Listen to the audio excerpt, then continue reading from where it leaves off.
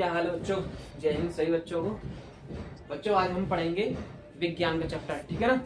Chapter क्या, प्रश्न ही पढ़ेंगे, ठीक है ना, प्रश्न उत्तर पढ़ेंगे, पेपर पूरा, ठीक है। क्योंकि पेपर आने वाले हैं आपके, है ना, सन 2024 में फरवरी में पेपर है आपके। तो पढ़ते हैं। ये समय रहेगा 3 घंटा 15 मिनट का और सभी प्रश्न करने अनिवार्य हैं आपके। क्या करना है? सभी प्रश्न करने अनिवार्य हैं आपके। 3 घंटा 15 मिनट का 15 मिनट आप काफी सोच समझ के, है ना, पढ़िए पेपरों को। जो पेपर मिलेगा विज्ञान का है, पढ़िए। पेपर पढ़ने के बाद जब करिए, जो मुख्य मुख्य क्वेश्चन है अगर जो आते हैं ना वही करना है आपको, ठीक है ना। अदरवाइज आपको ज्यादा वैसे पेपर मत करना, जो ना समझ में आया हो क्वेश्चन जो होगा जो वो कर डालो तुम्हारा, तो बेकार जाएगा, ठीक है ना। जो मुख्य क्वेश्चन है मैं आपको बता रहा हूँ और सभी प्रश्न करने अनिवार्य रहेंगे दोस्तों, ठीक है। विषय विज्ञान कक्षा 10। मुख्य प्रश्न वो है, पूर्णांक आपका 70 नंबर का रहेगा। कितने नंबर का पेपर रहेगा दोस्तों? 70 नंबर का पेपर रहेगा। पहला क्वेश्चन है दोस्तों, निम्नलिखित अभिक्रियाओं में प्रत्येक के लिए संतुलित रासायनिक अभिसमीकरण लिखिए। क्या लिखना है? समीकरण लिखने हैं। तो दोस्तों पहला है आपका sodium sulphate plus barium chloride. Sodium sulphate plus barium chloride से सीधा क्या है, और barium sulphate plus dot dot dot, है ना। यानी इन चीजों को मिलाने से, जैसे sodium sulphate plus barium chloride से सीधा बेरियम सल्फेट प्लस, है ना, डॉट डॉट डॉट, इन चीजों को मिलाने से क्या बनेगा दोस्तों? Na2SO4 यानी sodium sulphate plus BaCl2 barium chloride plus BaSO4, है ना, barium sulphate plus sodium chloride 2NaCl। ये तो है पहले का क्वेश्चन। दूसरा इसका ABC है, तीनों है, ठीक है ना, मैंने तीनों लिख दिए हैं।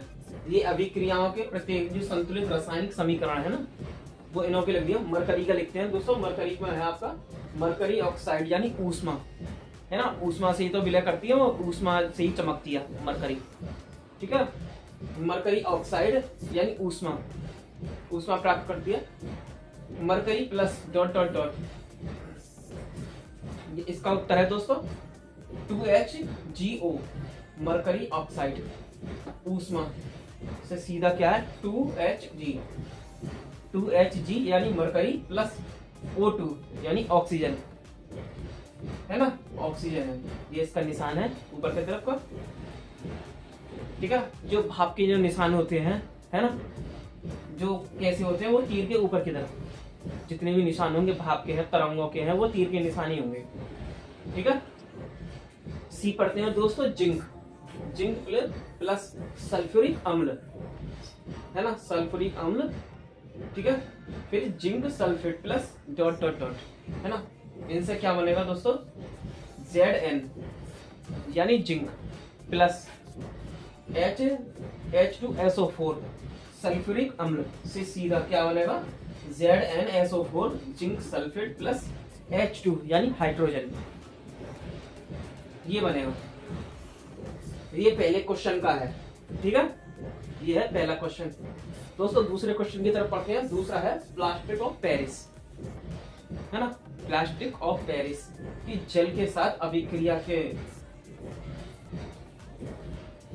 ये है दोस्तों जल के साथ अभिक्रिया, है ना।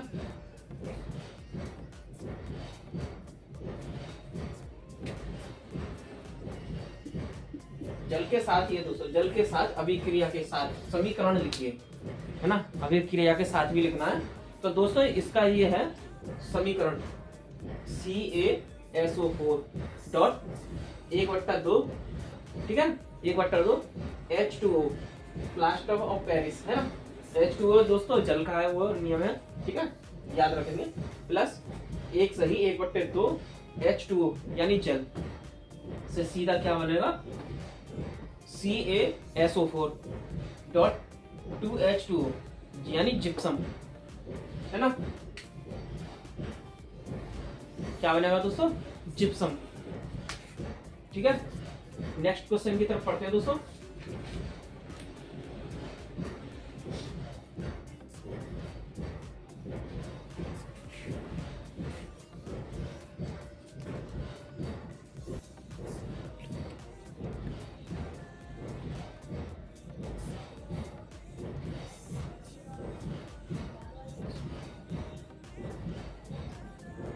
दोस्तों अम्ल तथा भस्म के बारे में पढ़ेंगे, ठीक है ना, क्वेश्चन नंबर 3 चलते हैं दोस्तों क्वेश्चन नंबर 3 की तरफ। अम्ल तथा भस्म की अवधारणा दीजिए। एक प्रबल अम्ल तथा एक दुर्लभ, जो दुर्बल है ना, दुर्बल भस्म का नाम लिखिए। जो दुर्बल भस्म होती है उसके नाम लिखिए। समझ गए, मैंने अम्ल के बारे में बता दिया है। ये अम्ल है कौन सा दोस्तों, वह पदार्थ जिसमें विस्थापनीय हाइड्रोजन उपस्थित है, वो है ना, उपस्थित हो तथा जो जल में घुले, है ना, जल में घोले जाने पर H+ आयन, कैसा दोस्तों, अम्ल जो होता है वह पदार्थ जिसमें विस्थापनीय हाइड्रोजन उपस्थित हो, है ना, क्या होना चाहिए, हाइड्रोजन उपस्थित हो तथा जल में घोले जाने पर H+ आयन या H2O H3O+, कौन सा, H3O+ आयन देता वो अम्ल होता है। समझ गए, क्या होता है, H3O आयन देता हो वो क्या कहलाएगा, अम्ल। अम्ल दोस्तों क्या होता है, अम्ल के बारे में मैं आपको बता दूं। अम्ल एक खट्टा पदार्थ है ना, खट्टा पदार्थ होता है अम्ल। इसका स्वाद कैसा होता है, खट्टा होता है। ये नीले लिटमस पत्र को लाल कर देता है। क्या कर देता है दोस्तों, नीले लिटमस को, जैसे ही किसी डालेंगे पानी के अंदर, है ना, H2O पानी के अंदर जैसे ही डालेंगे वो नीले लिटमस को लाल कर देगा। समझ गए, तो ये जलीय विलय में H+ आयन देता है। क्या देता है, जल में H+ आयन, मैंने अभी बताया आपको, H+ आयन। ठीक है, उदाहरण दोस्तों समझते हैं इसका। H है ना, HCl को जल में घोलने पर H+ है ना, Aq तथा Cl- Aq आयन प्राप्त होता है ना, होते हैं। ठीक है, क्या होता है, आयन प्राप्त होते हैं।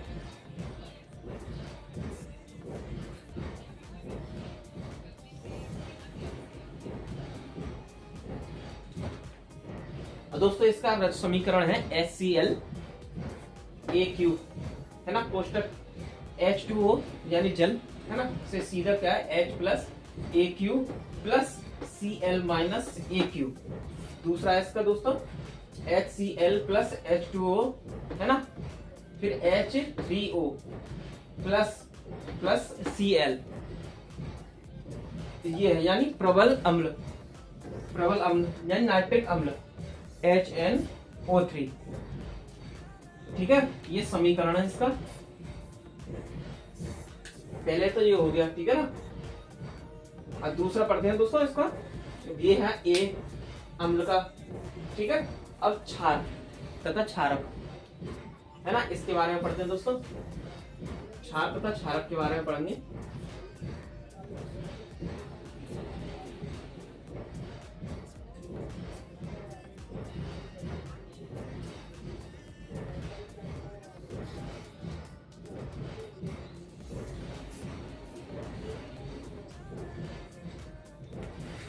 क्षार तथा क्षारक क्या होता है दोस्तों, वह पदार्थ जिसमें हाइड्रोक्सिल, है ना,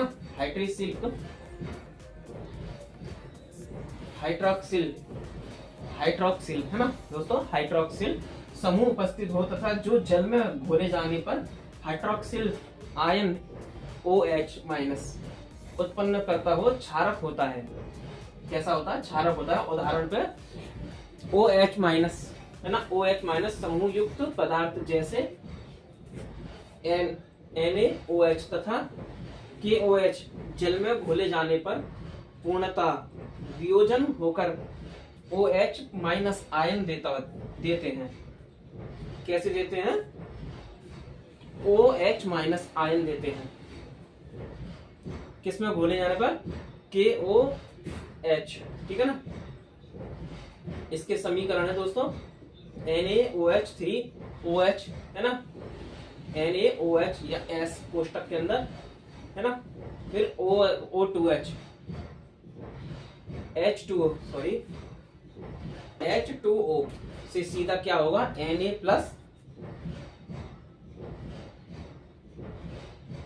प्लस AQ कोष्टक के अंदर प्लस OH, है ना, OH माइनस AQ कोष्टक बंद, ठीक है। ये समीकरण के नाम भी हैं, ठीक है, मैंने स्पेस की वजह से लिखे नहीं है, ठीक है। बाकी ये समीकरण लिखे हुए हैं, आप जाके पढ़ लीजिएगा, जो मेरी पहली वाली क्लास है उसमें। KOHS, है ना, कोष्टक के अंदर H2O K प्लस, है ना, AQ plus OH minus AQ कोष्टक बंद, यानी ये है दुर्बल क्षार भस्म, यानी अमोनिया हाइड्रोक्साइड NH4OH, NH4OH, ठीक है। नेक्स्ट क्वेश्चन की तरफ पढ़ते हैं दोस्तों।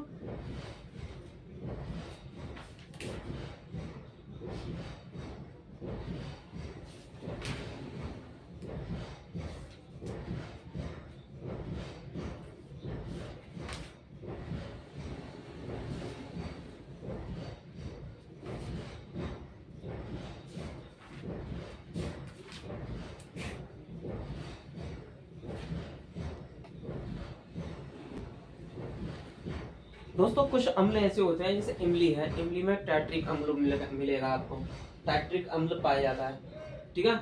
और सिरका में आपका एसिड अम्ल पाएगा। बिच्छू के डंक में आपका पड़ेगा, आपका अम्ल मिलता है ये फैब्रिक अम्ल, जो मेथेनोइक अम्ल, और दूध दही में लैक्टिक अम्ल, ठीक है। और नींबू में मिलेगा आपका सेट्रिक अम्ल, टमाटर में भी मिलेगा आपका सिट्रिक अम्ल, है ना, और चींटी में फैब्रिक अम्ल। कौन सी?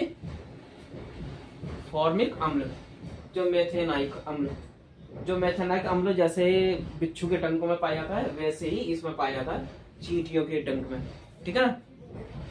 ये कुछ अम्ल हैं जो कि इन चीजों में पाए जाते हैं। दोस्तों सावनीकरण करते हैं, ये मोस्ट इम्पोर्टेंट है, क्वेश्चन में आ सकता है। सावनीकरण, सामूहिकरण पर एक टिप्पणी लिखिए, इंपॉर्टेंट है, ठीक है ना। मोस्ट सामूहिकरण, जब किसी तेल या वसा ग्लिसराइड एस्टर, कैसा? ग्लिसराइड एस्टर को सोडियम हाइड्रोक्साइड विलेन के साथ गर्म करते हैं। किसके साथ विलयन करते हैं दोस्तों? सोडियम हाइड्रोक्साइड विलयन के साथ गर्म करते हैं तो तेल या वसा संगत अम्ल के सोडियम लवण, साबुन तथा ग्लिसरॉल में बदल जाते हैं। इस अभिक्रिया को सामूहिकरण कहते हैं, ठीक है। यानी दोस्तों वसा संगत अम्लों के सोडियम लवण, साबुन तथा ग्लिसरॉल में बदल जाते हैं। इस अभिक्रिया को सामूहिकरण कहते हैं। इसका सूत्र है दोस्तों CH2 माइनस O माइनस, है ना, COC17, है ना, 17H35, ठीक है। दूसरा है इसका ही एक और मिक्स होता है इसमें HCC, है ना, CH माइनस OC, है ना, O माइनस COC 17H35, एक और CH2, है ना, CH2 माइनस, है ना, O माइनस COC 17H35, यानी ग्लिसराइड एस्टर, ठीक है, प्लस 3NO3NaOH से सीधा क्या बनता है दोस्तों? ये पूरा समीकरण CH2, है ना, CH2OH, दूसरा है CHOH, तीसरा है CH2OH, यानी ग्लिसरॉल प्लस C3C17, है ना, 17H35, COO, है ना, OO, Na, ये सामुन। ठीक है, नेक्स्ट क्वेश्चन की तरफ पढ़ते हैं। 5 क्वेश्चन में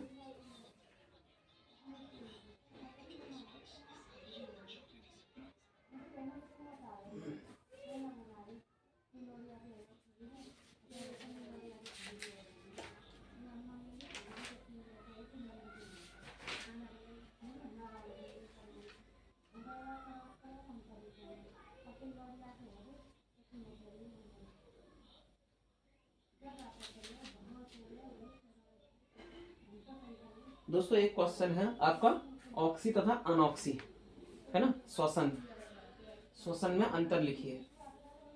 ठीक है, ये आया था आपका 9वीं में भी आया, 10 में भी आया, 15 में भी, 19 में भी है, 23 में भी है, 20 में भी है, सन 2020 में भी। ठीक है, मैं इसे मिटा देता हूँ, है ना, उसे समझते हैं। नंबर आपका है निर्देशांक यानी कि पहला।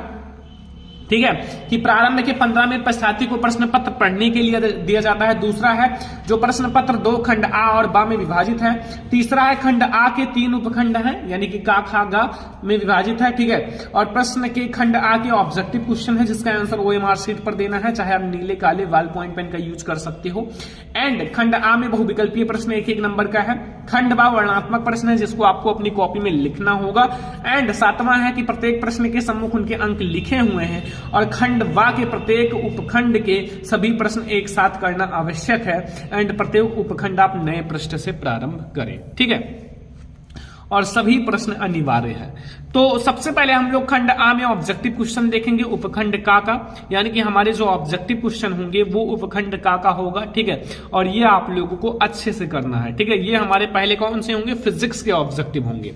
ठीक है, फिजिक्स के ऑब्जेक्टिव। तो हम लोग एक एक क्वेश्चन को बहुत ही अच्छे से समझने वाले हैं। आप लोग पूरा क्वेश्चन समझ कर जाना, अगर पेपर में आपको पूरा, ठीक है, समझ कर जाना। पेपर में अगर टॉप पर बनना है, धुआं धुआं उड़ाना है, एक भी क्वेश्चन छोड़कर नहीं आना। तो ठीक है, पहला प्रश्न, 2 पृष्ठों से घिरा हुआ कोई पारदर्शी माध्यम जिनका एक या दोनों पृष्ठ गोलीय हो तो वो क्या कहलाता है।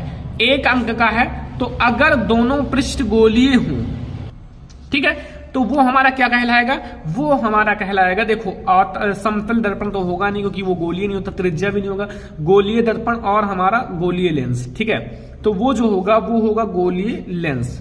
ठीक है, समझ में आया। अगला क्वेश्चन नंबर 2, दंत विशेषज्ञ मरीजों के लिए दांतों का बड़ा प्रतिबिंब देखने के लिए किसका प्रयोग किया जाता है, किस दर्पण का।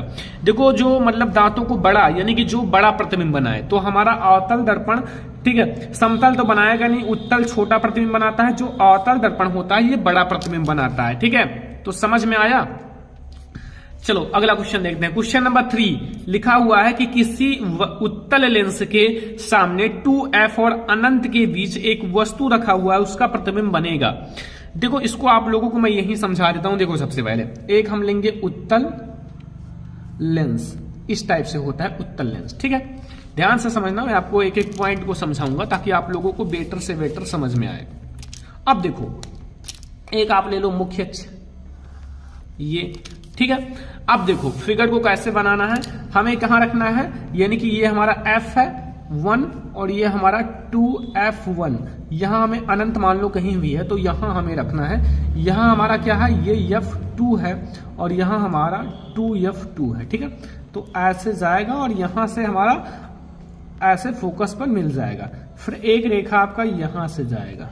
ठीक है, तो ये हमारा देखो सबसे पहले ये हमारा बड़ा है, ये हमारा छोटा है, दिखाई दे रहा है सारे को। तो सबसे पहले ये हमारा जो है वास्तविक है।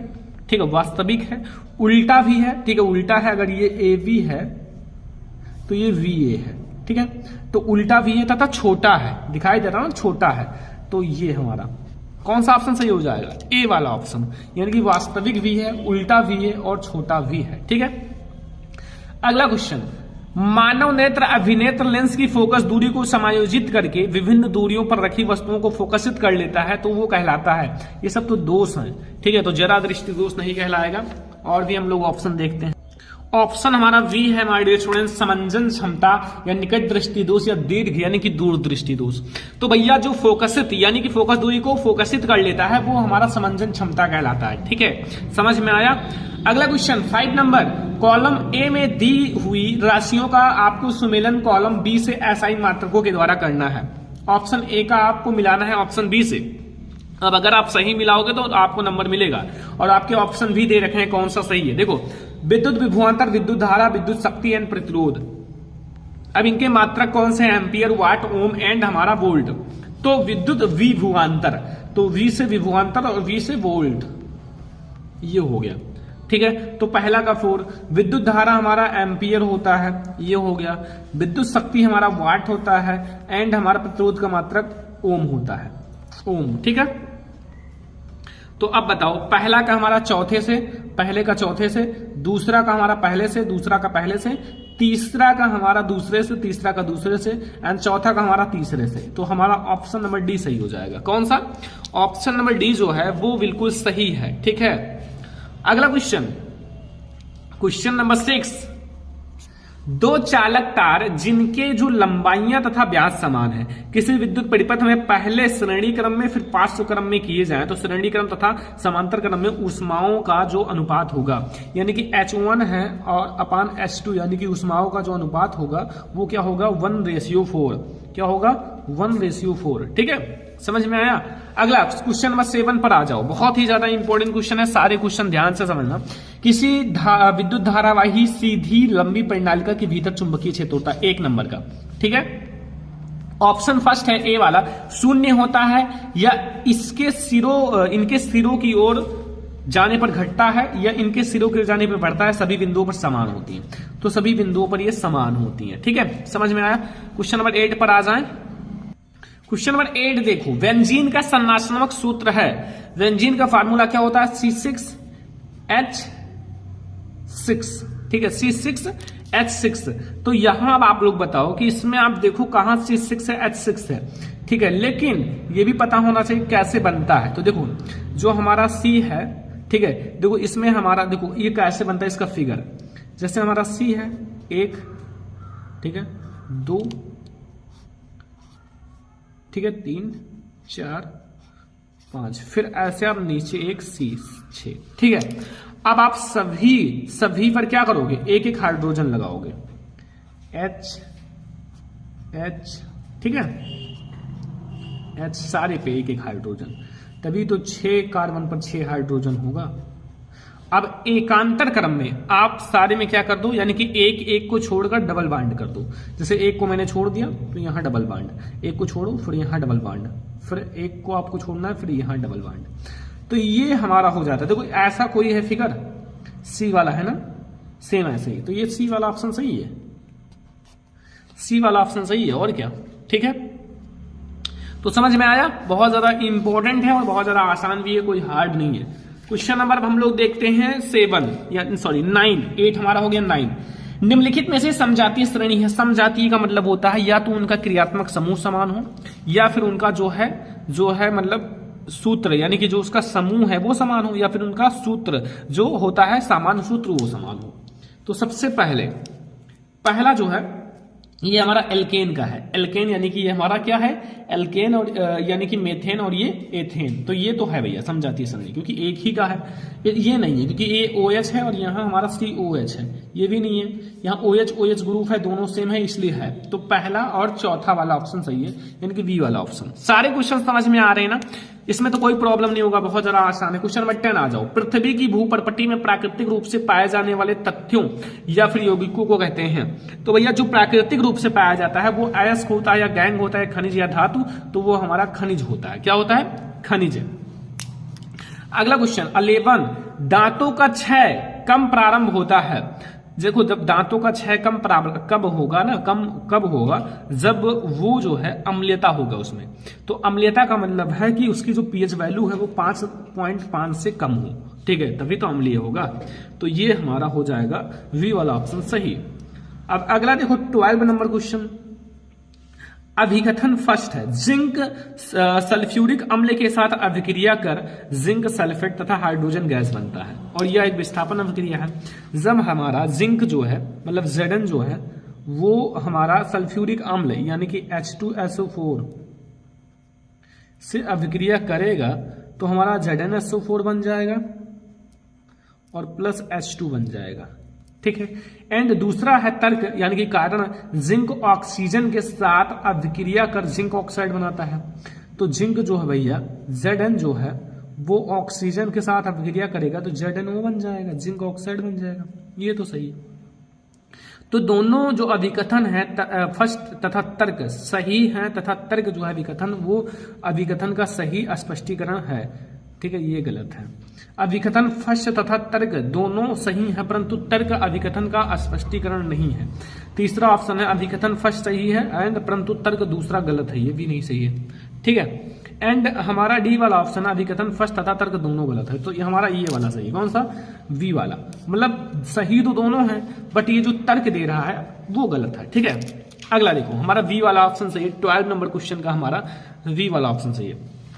13 नंबर क्वेश्चन है निम्नलिखित रासायनिक समीकरण को पूरा कीजिए। देखो इसमें थोड़ा सा मिस्टेक है क्योंकि ये ऑलरेडी पूरा है, क्योंकि अगर ये नहीं होता तो यहां हम लिखकर पूरा कर देते। ये दोनों देखो जितना इधर है इतना इधर भी ये बैलेंस है, तो इसलिए हम CH3OOH रखेंगे लेकिन ये बोर्ड एग्जाम में गायब रहेगा, इसको आपको लिखना पड़ेगा।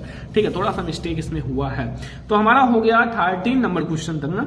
अब हम लोग देखते हैं 14 नंबर क्वेश्चन यानी कि 14 नंबर क्वेश्चन। ये हमारा उपखंडिका है बायोलॉजी से। देखो अंतःश्वसन के दौरान वायु प्रवाह का सही मार्ग कौन सा है? नासा द्वार से कंठ, ग्रसनी, श्वसननलिका या फिर फेफड़े। देखो इसमें जो हमारा है वो कौन सा सही है, बिल्कुल आपको सही बताना है। ठीक है, क्वेश्चन नंबर 14 में तो डी वाला ऑप्शन आप लोग देखो, जब नासा द्वार पहले रहता है जो हमारा नोज होता है, फिर वहां से ग्रसनी में जाता है, फिर कंठ में, फिर श्वास नली में, फिर कूपिकाओं में जाता है। डी वाला ऑप्शन सही है। अगला क्वेश्चन, निम्नलिखित कथन तथा कारण को पढ़कर दिए गए विकल्पों में से सही का चयन करो। पहला, पिता से प्राप्त क्रोमोसोम बच्चों के लिंग का निर्धारण करता है, बिल्कुल सही है। कारण है कि जो मानव पुरुष में X और Y गुणसूत्र होता है, हाँ ये सही है। अगर X गुणसूत्र मतलब महिलाओं में ट्रांसफर होगा तो क्या होगा? लड़की होगी, अगर Y होगा तो लड़का होगा। तो ये बिल्कुल सही है और इसमें हम लोग कह सकते हैं कि कथन और कारण दोनों सत्य है और जो कथन है वो सही व्याख्या करता है। ठीक है। अगला, विद्युत आवेग की प्रवाह सही दिशा कौन सी है? विद्युत आवेग देखो इसमें क्या है ना कि इसमें आप ABC, A है, V है, C है, D है ऑप्शंस, बट इसमें देखो ये वाला हमारा यहां फिर इसके नीचे से जुड़ गया, तो ये हमारा C वाला ऑप्शन सही है। ठीक है, C वाला ऑप्शन सही है। अगला देखो, थायरॉक्साइड के बारे में कौन सा कथन सही नहीं है? थायरॉक्सिन के बारे में, तो थायरॉक्सिन के संश्लेषण के लिए लौह आवश्यक है, तो लौह आवश्यक मतलब नहीं बताना है ना, मतलब कौन सा कथन सही नहीं है ये आपको बताना है। तो और ऑप्शन बी है कि यह शरीर के कार्बोहाइड्रेट, प्रोटीन और वसाओं के उपचयन का नियमन करता है। थायरॉक्सिन को थायराइड हार्मोन्स भी कहते हैं। तो इसमें हमारा कौन सा सही? क्वेश्चन नंबर 17 में तो ए वाला हमारा सही नहीं है, क्योंकि हमें नहीं वाला बताना था, तो यही है। ठीक है, तो अब हमारा हो गया कितना? 17 नंबर क्वेश्चन। अब हम लोग देखते हैं 18 नंबर क्वेश्चन। 18 नंबर क्वेश्चन देखो, निम्नलिखित चित्र में भाग ए, बी, सी किस क्रम में है? तो ए जो है और बी और सी ये किस क्रम में है? देखो ए वाला जो है ये ऊपर का होता है, प्रा का मतलब क्या होता है? ऊपर। ठीक है, प्रांकुर, क्योंकि ये ऊपर है। ये तो सभी को पता है ये क्या है? एक पात्र है जो कि जिसे हम लोग कह सकते हैं बीज है, तो बीज पात्र। ठीक है, नीचे वाला क्या है भैया? वो परांकुर है, तो नीचे वाला मूल होता है, मूलांकुर होगा। तो ये हमारा सी वाला ऑप्शन सही लग रहा है। परांकुर फर्स्ट है, फिर बीज पात्र, फिर मूलांकुर। सी वाला सही है। 19 नंबर, जनक की अलैंगिक विधि से उत्पन्न संतति में परस्पर अधिक समानता होती है, क्योंकि एक अंक का है, क्योंकि जो अलैंगिक जनन में केवल एक ही जनक भाग लेते हैं, बिल्कुल सही है। और अलैंगिक जनन में युग्मक शामिल नहीं होते, इसमें युग्मक की कोई जरूरत नहीं है। ठीक है, अलग अलग होते हैं। अलैंगिक जनन जो होता है लैंगिक जनन से पहले होता है, या अलैंगिक जनन जो है लैंगिक जनन के बाद होता है। तो हमारा इसमें जो फर्स्ट एंड सेकंड है ये सही है। ठीक है, 20 यानी कि लास्ट नंबर ऑब्जेक्टिव क्वेश्चन है। एक आहार नाल श्रृंखला में तीसरे स्तर पोषी को क्या कहते हैं? मांसाहारी कहते हैं। मांसाहारी। ठीक है, तो ये हमारे 20 ऑब्जेक्टिव क्वेश्चन होंगे जिसको मैंने अच्छे से समझा दिया और आई होप कि आपको ये ऑब्जेक्टिव समझ में आ गया होगा। आप 20 में 20 बोर्ड एग्जाम में करके आना, एक भी क्वेश्चन छोड़कर नहीं आना। 20 MCQ है तो 20 आप करके आना, एक भी नंबर हमें छोड़कर नहीं आना है बोर्ड एग्जाम में। तो अब हम लोग देखेंगे अगला क्वेश्चन जो आपको बोर्ड एग्जाम की कॉपी में लिखना है। तो स्टूडेंट अब हम लोग आते हैं खंड बा में, जो कि वर्णनात्मक प्रश्न है, जो आपको बोर्ड एग्जाम की कॉपी में लिखना है। और ये जो क्वेश्चंस हैं बोर्ड एग्जाम के लिए बहुत ही ज्यादा इंपॉर्टेंट है। ठीक है, साइंस के पेपर में आपको देखने को मिलेगा। ठीक है, इसलिए मैं आपको पूरा सॉल्यूशन समझा रहा हूं। उपखंड का है और देखो सबसे पहले हमारा पहला क्वेश्चन देखो क्या लिखा हुआ है, दृष्टि दोष किसे कहते हैं। जो हमारा दृष्टि दोष होता है वो किसे कहते हैं और ये कितने प्रकार का होता है। जो दृष्टि दोष होता है वो कितने प्रकार का होता है, ये हमें देकर जाएंगे 4 नंबर यानी कि 4 मार्क्स। ठीक है, तो चलो हम लोग देखते हैं पहला और फिर 2 नंबर देगा, फिर हमें दूसरा जब सॉल्व करोगे तब 2 नंबर, यानी कि 2 क्वेश्चंस के आपके 4 नंबर मिलेंगे। ऐसे ही हमें इसमें 2-2 नंबर के 2 क्वेश्चन 4 नंबर मिलेगा। ठीक है, तो चलो हम लोग पहला वाला देखते हैं। सबसे पहले हमारा उपखंड का है, वर्णनात्मक प्रश्न है, तो सबसे पहले आप हेडिंग डालना खंड बा, वर्णनात्मक प्रश्न खंड उपखंड का है। और हमारा पहला प्रश्न है, तो सबसे पहले आप प्रश्नोत्तर संख्या फर्स्ट डाल देना। और पहले में आपसे क्या पूछ रहा है कि दृष्टि दोष किसे कहते हैं या कितने प्रकार का होता है। तो पहला हम लोग देखेंगे सबसे पहले क्या होता है। तो जब नेत्र में प्रतिबिंब रेटिना के आगे या पीछे बनता है, अगर आगे बनेगा या पीछे बनेगा तो कोई ना कोई दोष है, अगर एग्जैक्ट रेटिना पर बने तो कोई दोष नहीं है। तब वस्तु जो है स्पष्ट नहीं आती और यह स्थिति तब उत्पन्न होती है जब नेत्र की समंजन क्षमता प्रतिबिंब को रेटिना पर बनने के लिए कम हो जाती है और यह पूर्णतः समाप्त हो जाती है। इसे दृष्टि दोष कहते हैं और यह मुख्यतः 3 प्रकार का होता है। हो सकता है कहीं कहीं 2 ही प्रकार का दिया हो, लेकिन तीनों लिख देना।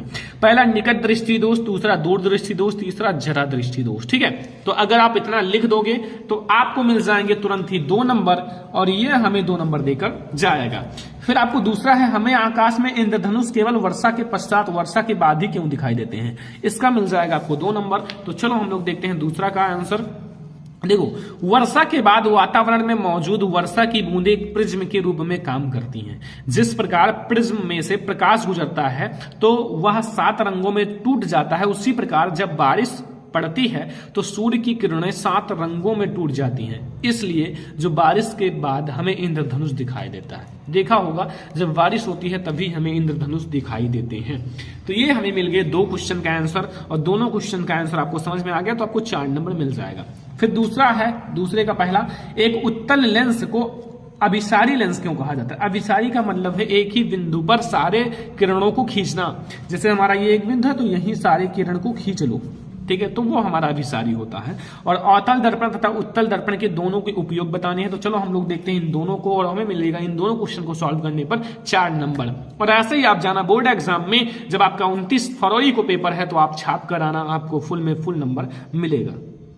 तो ये हमारा स्टूडेंट प्रश्नोत्तर संख्या 2 यानी कि प्रश्नोत्तर संख्या सेकंड हमारा पहला कि उत्तल लेंस प्रकाश की समांतर किरणों को एक ही बिंदु पर अभिसरित करता है, इसलिए उत्तल लेंस को अभिसारी लेंस कहा जाता है। जैसे देखो, ये प्रकाश की किरणें आती हैं, लेंस से टकराती हैं और एक ही बिंदु F पर सारी एक पर अभिसरित हो जाती हैं। अभिसारी यानी कि वहीं बटुर जाती हैं एक जगह। ठीक है, एक जगह मिल जाती हैं, तो वो हमारा हो जाता है अभिसारी लेंस, इसलिए हम लोग उत्तल लेंस को कहते हैं। अब हम लोग समझेंगे दूसरा का आंसर कि जो हमारा अवतल दर्पण का उपयोग, फिर उत्तल दर्पण का। तो पहले हम लोग अवतल का समझते हैं। पहला है जो अवतल दर्पण का उपयोग, ध्यान देना कि नाई जो है हजामत बनाने के लिए अवतल दर्पण का उपयोग करता है। जो नाई होता है, जो बाल काटने वाला या फिर और भी जो मतलब करते हो ना बियर्ड वगैरह, तो वो जो होता है वो हजामत यानी कि उसमें जो है अवतल दर्पण का प्रयोग करता है ताकि जो फेस है वो बड़ा दिखाई दे। आंख, कान एवं नाक के डॉक्टर द्वारा उपयोग अवतल दर्पण का प्रयोग किया जाता है। आंख, कान, नाक के डॉक्टर द्वारा जो उपयोग किया जाता है वो अवतल दर्पण का उपयोग किया जाता है। और गाड़ी के हेडलाइट एवं सर्च लाइट में भी इसका प्रयोग किया जाता है। ठीक है, अब उत्तल दर्पण का मैं 2 उपयोग बताता हूं। पहला, इसका उपयोग चालक की सीटों के पीछे देखने के लिए, जो गाड़ी चलाते हो ना उसमें उत्तल दर्पण लगा होता है। ठीक है, एंड इसका उपयोग टेलीस्कोप में भी किया जाता है। तो ये हमारे 2 उपयोग हुए, 2-3 उपयोग आपको मिल जाएगा फुल में फुल नंबर। 2 ही नंबर का है तो कितना आप लिखोगे। ठीक है, तो ये हमें मिल जाएगा 2 नंबर। अगला क्वेश्चन, तीसरा फर्स्ट है किसी 4 ओम प्रतिरोधक के प्रति सेकंड 100 जूल ऊष्मा उत्पन्न हो रही है। प्रतिरोधकों के सिरों पर विभवांतर ज्ञात कीजिए, और इसी में ये हमें 2 नंबर देकर जाएगा। दूसरा जो है वो भी 2 नंबर मिलेगा। 20 ओम प्रतिरोध की कोई विद्युत स्तरी जो है 5 एम्पीयर विद्युत धारा लेती है, तो 30 सेकंड में उत्पन्न ऊष्मा प्रकलित कीजिए। तो 2 नंबर के हमारे 2 क्वेश्चन है, हमें मिलेगा 4 नंबर। तो चलो हम लोग इसको भी सॉल्व करते हैं। तो ये है हमारा प्रश्नोत्तर संख्या 3, ठीक है। प्रश्नोत्तर संख्या ये है हमारा 3, और 3 का फर्स्ट फिर सेकंड। तो पहला हम लोग देखते हैं, देखो सबसे पहले क्या दे रखा है वो लिख लो। आर जो है ओम वो है 4 ओम, ठीक है। टी यानी कि समय जो है वो कितना है, समय प्रति सेकंड यानी कि 1 सेकंड। एंड एच जो है हीट जो है वो 100 जूल, तो 100 जूल इतना दे रखा है। अगर आर टी एंड एच दिया हुआ है तो इसके बीच एक संबंध है, एक फॉर्मूला है कि W बराबर V² अपान R इंटू टी। तो जो W है या फिर हीट जिसे कह सकते हो, ठीक है, इसे W भी लिख सकते हो, H भी लिख सकते हो। ध्यान देना जो H है वो भी लिखा जा सकता है, ठीक है। H से ही W भी लिख सकते हो। तो ये हमें 100 दे रखा है बराबर V² हमें ज्ञात करना है। R जो है वो 4 दे रखा है इंटू 1 सेकंड है। V² बराबर 4 का 100 से मल्टीप्लाई होगा 400। V बराबर हमारा 400 का अंडर रूट हो जाएगा, क्योंकि स्क्वायर इधर से आएगा रूट हो जाएगा, और 400 का जो रूट होता है वो हमारा 20 होता है। तो हमें V मिलेगा वो 20 वोल्ट। ये हमारा पहले का आंसर हो गया, हमें 20 वोल्ट मिल गया है इसका। दूसरा देखो 20 ओम प्रतिरोध की कोई स्तरी जो है यानी कि प्रेस 5 एम्पीयर धारा लेती है, 30 सेकंड में उत्पन्न ऊष्मा। सेम ही क्वेश्चन है, ठीक है, इसमें कुछ है नहीं, बहुत ज्यादा आसान है। देखो आर हमारा कितना है, 20 ओम है, यानी कि प्रतिरोध हमारा 20 ओम है, ठीक है। आई जो है वो 5 एम्पीयर है, आई हमारा 5 एम्पीयर है। समय टी जो है 30 सेकंड है। अब हम W या फिर H कुछ भी निकालना, हमें ऊष्मा निकालना हीट, तो W बराबर I² R इंटू टी, ये फॉर्मूला है। W बराबर हमारा R की वैल्यू कितनी है माय डियर फ्रेंड, R की वैल्यू है, सॉरी I की वैल्यू कितनी है 5 का स्क्वायर कर दो, R की वैल्यू 20 एंड T की वैल्यू 30 है, ठीक है। अगर ये सेकंड में अगर मिनट में दे रखा होता तो इसे सेकंड में चेंज करना होता, ठीक है। तो W बराबर 25 इंटू 20 इंटू 30, तो हमारा ये हो जाएगा देखो 25 दूना 50, ठीक है। 50 नहीं यानी कि 150, और 150 में आप 2 जीरो लगा दो, यानी कि इकाई, दहाई, सैकड़ा, हजार, 10,000, 15,000 हो जाएगा, ठीक है। तो ये हमारा हो गया आंसर, ठीक है। तो ये जूल में आएगा आंसर। तो ये हमारा हो गया हमारे स्टूडेंट क्वेश्चन का आंसर। तो हमें यहां से मिल जाएंगे 4 नंबर। तो ये हमारा दोनों का हो गया, ठीक है। अब देखो हमें 6 नंबर के क्वेश्चन कोई एक सॉल्व करना, चाहे आप ये सॉल्व करो चाहे आप ये सॉल्व करो। इसमें हमें 3 क्वेश्चन का आंसर छोटे छोटे, इसमें 2 क्वेश्चन का। तो हम लोग एक इसको सॉल्व करते हैं। 6 नंबर का क्वेश्चन है, ठीक है। 2 चुंबक क्षेत्र रेखाएं एक दूसरे को प्रतिच्छेद क्यों नहीं करती, पहले का आंसर 2 नंबर मिलेगा इसका। किसी चुंबक क्षेत्र रेखाओं के गुण लिखिए, चुंबक क्षेत्र रेखाओं के गुण लिखना, ये भी 2 नंबर, बहुत आसान है। किसी चुंबकीय क्षेत्र में स्थित विद्युत धारावाही चालक पर आरोपित बल का मान अधिकतम होगा, बल जो है आरोपित होगा। तो ये 2 नंबर यानी कि 6 नंबर। चलो हम लोग देखते हैं इसका आंसर, फिर हमारा ये हो जाएगा वर्णात्मक प्रश्न उपखंड का खत्म, फिर हम लोग उपखंड खा में आ जाएंगे। तो चलो इसको भी देख लेते हैं। तो ये है हमारा प्रश्नोत्तर संख्या 4। तो सबसे पहले आप हेडिंग डाल दो प्रश्नोत्तर संख्या 4, और पहला हमारा 2 चुंबकीय क्षेत्र रेखाएं एक दूसरे को प्रतिच्छेद क्यों नहीं करती। तो पहला देखो आंसर, चुंबकीय सुई जो होता है सदा एक ही दिशा की ओर संकेत करती है। जो चुंबकीय सुई होता है सदा एक ही दिशा की ओर संकेत करता है। अगर चुंबकीय क्षेत्र रेखाएं एक दूसरे को प्रतिच्छेद करती तो क्षेत्र के किसी बिंदु पर विशेष पर एक द्युक सूची की दिशाओं को अंकित करेगा, या फिर कोई कोण बनेगा। अगर कटेगा तो कोण बनेगा ही, जो असंभव है, ठीक है। यही कारण है कि 2 चुंबकीय क्षेत्र रेखाएं एक दूसरे को कभी भी प्रतिच्छेद नहीं करती हैं। बस हो गया, 2 नंबर आपको मिल गया, बहुत आसान है। चुंबकीय बल रेखाओं के गुण, तो मैं आपको 2-3-4 गुण बता देता हूं। देखो पहला, दूसरा हमारा चुंबकीय क्षेत्र रेखाओं के गुण। पहला, ये बल रेखाएं बंद वक्र में होती है, मतलब बंद का मतलब होता है बिल्कुल ये क्लोज होती हैं, ठीक है। दूसरा है, जहां पर क्षेत्र रेखाएं एक दूसरे के निकट रहती हैं वहां चुंबकीय क्षेत्र प्रबल होता है। जहां जो है चुंबकीय बल रेखाएं पास पास होंगी वहां जो है वो जो बल होगा वो प्रबल होगा, दूर दूर होंगी तो प्रबल नहीं होगा। बस तीसरा पॉइंट देखो, 2 चुंबकीय बल रेखाएं एक दूसरे को कभी भी प्रतिच्छेद नहीं करती हैं। तो ये हो गया हमारा तीसरा। अब तीसरे का आंसर देखो माय डियर स्टूडेंट, किसी चुंबकीय क्षेत्र में स्थित धारावाही चालक पर आरोपित बल कब अधिकतम होगा। तो ये तीसरा का आंसर देखो, किसी चुंबकीय क्षेत्र में स्थित विद्युत धारावाही चालक पर आरोपित बल तब अधिकतम होता है जब विद्युत धारा की दिशा चुंबकीय क्षेत्र के लंबवत होती है, ठीक है। तो ये हो गए हमारे 6 नंबर, आपको मिल जाएगा अगर ऐसे आप लिख दोगे। और इसमें से आपको बहुत सारे क्वेश्चन बोर्ड एग्जाम के देखने को मिलेगा। आपको इन दोनों में से कोई एक सॉल्व करना था तो मैंने ये वाला सॉल्व करा दिया, दूसरा खुद से कर सकते हो। उपखंड खा में आ जाओ। ये एक एक नंबर के एक एक क्वेश्चन है, 4 नंबर मिलेगा, 5वां। देखो इसमें पहला है, दूसरा है, तीसरा है, चौथा है कि इन सबको आपको संतुलित करना है। तो बहुत ज्यादा आसान है। तनु सल्फ्यूरिक अम्ल दानेदार जिंक के साथ अभिक्रिया कराना है। तनु हाइड्रोक्लोरिक अम्ल का मैग्नीशियम पट्टी के साथ अभिक्रिया, नाइट्रोजन हाइड्रोजन गैस से संयोग करके अमोनिया बनता है। एंड हाइड्रोजन सल्फाइड गैस का वायु में दहन होने पर जल एवं सल्फाइड हाइड्रोक्साइड बनता है। तो ये 4 क्वेश्चन के आपको 4 नंबर मिल जाएंगे। तो चलो हम लोग इसको भी कर लेते हैं सॉल्व। देखो हमने चारों क्वेश्चन को बहुत ही अच्छे से लिखा है, ठीक है, ऐसे ही लिखना है बोर्ड एग्जाम में। उपखंड लिखा है, प्रश्नोत्तर संख्या 5 है। पहला देखो, पहला आप सबसे पहले पढ़ के लिख लेना कि लिखा हुआ है तनु सल्फ्यूरिक अम्ल दानेदार जिंक के साथ अभिक्रिया। तो ये हमारा क्या है, जिंक है, और ये सल्फ्यूरिक अम्ल से अभिक्रिया करा, तो ये हमें बनेगा जिंक सल्फेट यानी कि ZnSO4 और हमारा H2, ठीक है, नाम भी लिख देना है, ठीक है।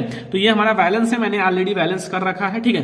दूसरा देखो, दूसरा है तनु हाइड्रोक्लोरिक अम्ल मैग्नीशियम पट्टी के साथ। तो तनु हाइड्रोक्लोरिक अम्ल यानी कि Mg जो है मैग्नीशियम पट्टी, तनु हाइड्रोक्लोरिक यानी कि 2HCl से अभिक्रिया करेगा, MgCl2 एंड H2 बनाएगा, ठीक है। ये जो लिखा हुआ है S सॉलिड है, AQ यानी कि जलीय है, एंड G जो है वो गैस है, ठीक है। तो ऐसे वो प्रतीक है। नाइट्रोजन हाइड्रोजन गैस से संयोग करके अमोनिया बनता है। तो नाइट्रोजन यानी कि N2 एंड हाइड्रोजन यानी कि T3H2, ठीक है, और हमारा 2NH3 यानी कि अमोनिया बन गया। ये गैस की अवस्था में है, ये गैस, ये भी गैस है। लास्ट है चौथा, हाइड्रोजन सल्फाइड गैस तथा का वायु में दहन होने पर जल एवं सल्फर डाइऑक्साइड बनता है। तो देखो हाइड्रोजन सल्फाइड यानी कि 2H2S, ये है हाइड्रोजन सल्फाइड, और 3O2 ऑक्सीजन है, जल से जल बनेगा यानी कि 2H2O, एंड हमारा सल्फर ऑक्साइड बनेगा, सल्फर डाइऑक्साइड, 2SO2 गैस की अवस्था में। तो ये हो गए हमारे 4 क्वेश्चन के 4 नंबर, और बहुत ज्यादा आसान होते, कुछ होता नहीं, बस थोड़ा सा मेहनत आपको करना पड़ेगा। फिर 6वां क्वेश्चन है कि आपको निम्न की कारण लिखना है। 4 नंबर 1 का, प्लेटिनम सोना एवं चांदी का उपयोग आभूषण बनाने में क्यों किया जाता है। दूसरा है निष्कर्षण प्रक्रम में कार्बोनेट तथा सल्फाइड अयस्क को ऑक्साइड में परिवर्तित किया जाता है। तो ये हमें मिल जाएगा 2-2 नंबर यानी कि 4 नंबर। तो चलो हम लोग इसको भी जल्दी से सॉल्व कर लेते हैं। तो ये हमारा 6वां नंबर क्वेश्चन है। सबसे पहला है बच्चों कि प्रश्नोत्तर संख्या 6 देख लो। इसमें लिखा हुआ है कि जो प्लैटिनम है, सोना चांदी का उपयोग आभूषण बनाने में किया जाता है। देखो सोना AU, चांदी AG एंड प्लैटिनम PT का उपयोग हम आभूषण बनाने में इसलिए किया जाता है क्योंकि ये धातुएं वायु, आर्द्रता और अम्ल से जल्दी संचारित नहीं होती, मतलब जल्दी खत्म नहीं होती। अगर लोहे का बना दोगे तो वो बस 10 दिन में खत्म हो जाएंगी, वो संचारित हो जाती है, ठीक है। तो इसकी धात्विक चमक जो होता है लंबे समय तक बनी रहती है। साथ ही ये धातुएं सर्वोत्तम आघातवर्धन और तन्य होती है, मतलब हम बहुत कम ही सोने में हम बहुत बड़ी बड़ी चीज बना सकते हैं क्योंकि वो बहुत ज्यादा तन्य होती हैं, ठीक है, बहुत ज्यादा होती हैं, जिसके कारण इनको किसी भी आकार में ढाला जा सकता है, ठीक है। दूसरा निष्कर्षण प्रक्रम में जो हमारा है कार्बोनेट एवं सल्फाइड अयस्क को ऑक्साइड के रूप में परिवर्तित। देखो क्योंकि किसी धातु को उसके सल्फाइड और कार्बोनेट की तुलना में उसके ऑक्साइडों से प्राप्त करना अधिक आसान होता है, इसलिए निष्कर्षण जो होता है प्रक्रम में कार्बोनेट एवं सल्फाइड अयस्क को ऑक्साइड में परिवर्तित किया जाता है। बस 2-2 नंबर आपको मिल जाएगा, इसका 2 नंबर आपको मिल जाएगा और इसका भी आपको 2 नंबर यानी कि 4 नंबर मिल जाएगा। फिर हमारा क्वेश्चन नंबर 7 है, 7 नंबर का, सहसंयोजी आबंध किसे कहते हैं और इसके आपको 2 लक्षण बताना है और इसका IUPAC नाम लिखना है, ठीक है। तो 3 क्वेश्चन आपको करना है, 2-2 नंबर मिल जाएगा। या फिर और भी आपके पास ऑप्शन है बहुत ज्यादा इंपॉर्टेंट, देखो यहाँ अथवा आप इसको 2-2 नंबर मिल सकता है। विकृत गंधता, रेडॉक्स अभिक्रिया एंड एस्टरीकरण पर आपको टिप्पणी लिखना है, तो आप इस पर पा सकते हो 6 नंबर। तो चलो हम लोग ये वाला आपको बोर्ड एग्जाम में ज्यादा आता है तो इसको हम लोग सॉल्व करते हैं। तो ये है हमारा प्रश्नोत्तर संख्या 7। प्रश्नोत्तर संख्या 7 में सबसे पहले हम लोग देखेंगे विकृत गंधिता। देखो जब वसा और तेल तथा उसमें बनाए गए खाद्य पदार्थ वायु की ऑक्सीजन से अभिक्रिया करके ऑक्सीकृत हो जाता है तो उसमें से एक विशेष गंध आने लगती है तथा उसका स्वाद भी खराब हो जाता है। इस प्रक्रिया को ही विकृत गंधिता कहते हैं। एग्जाम्पल के लिए अचार व मुरब्बे को खुले स्थान में रखना, ठीक है।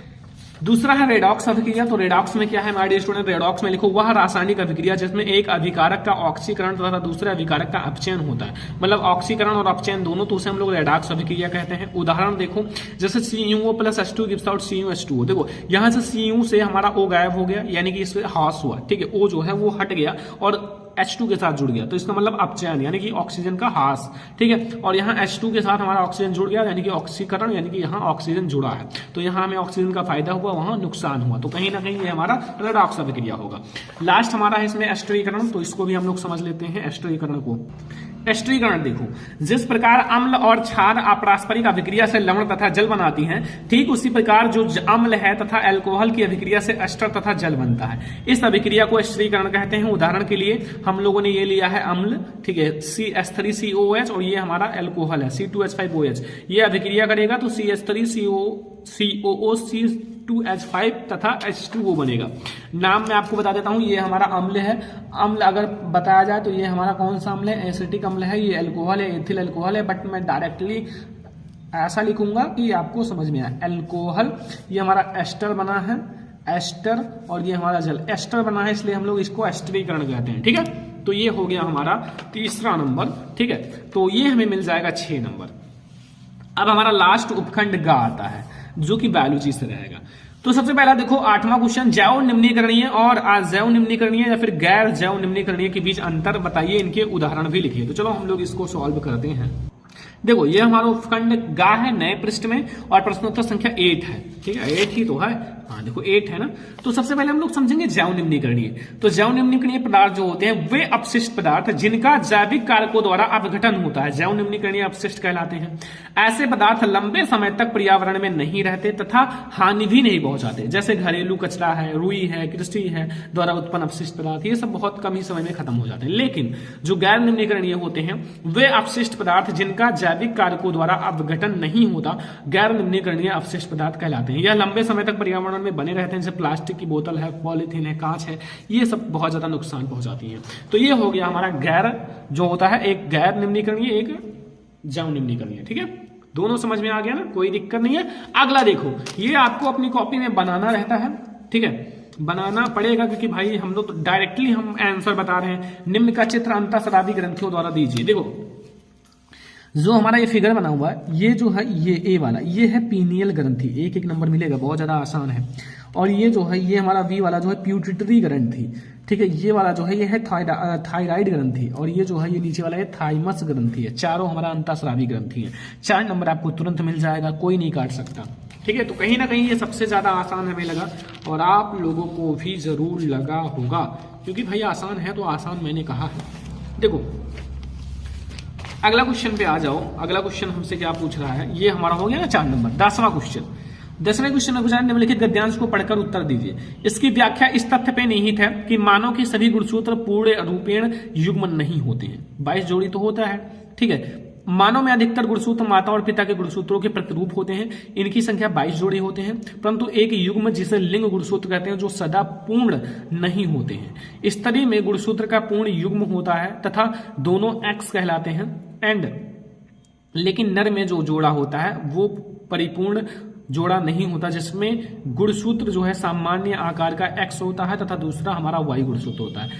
अतः जो स्त्रियों में एक्स एक्स तथा पुरुष में एक्स वाई गुणसूत्र होता है। क्या अब हम एक्स और वाई वंशानुगत पैटर्न पर बता सकते हैं? पहला आपको बताना है कि लिंग गुणसूत्र जो होता है, लिंग निर्धारण वंशानुगत कैसे हो सकता है। तो देखो हम लोग समझेंगे अभी फिगर के साथ। सबसे पहले पहला वाला समझो तब। 10 नंबर क्वेश्चन है, लिंग निर्धारण वंशानुगत संभव है। यह इस बात पर निर्भर करती है कि मनुष्य के सभी गुणसूत्र पूरी तरह से युग्म नहीं होते।